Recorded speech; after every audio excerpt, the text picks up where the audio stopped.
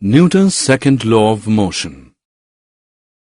Newton's second law of motion states that the force acting on the body is directly proportional to the mass of the body and acceleration produced in the body in the direction of the force applied.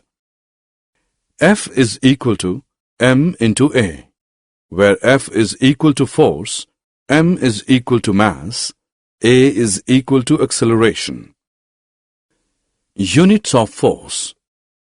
The SI unit of force is Newton.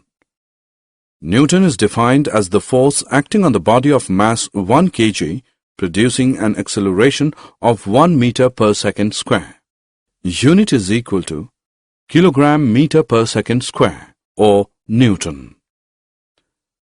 To calculate force of body having mass 1000 kg and acceleration of 0.5 meter per second square, then F is equal to 1000 into 0.5, which is equal to 500 Newton or kilogram meter per second square.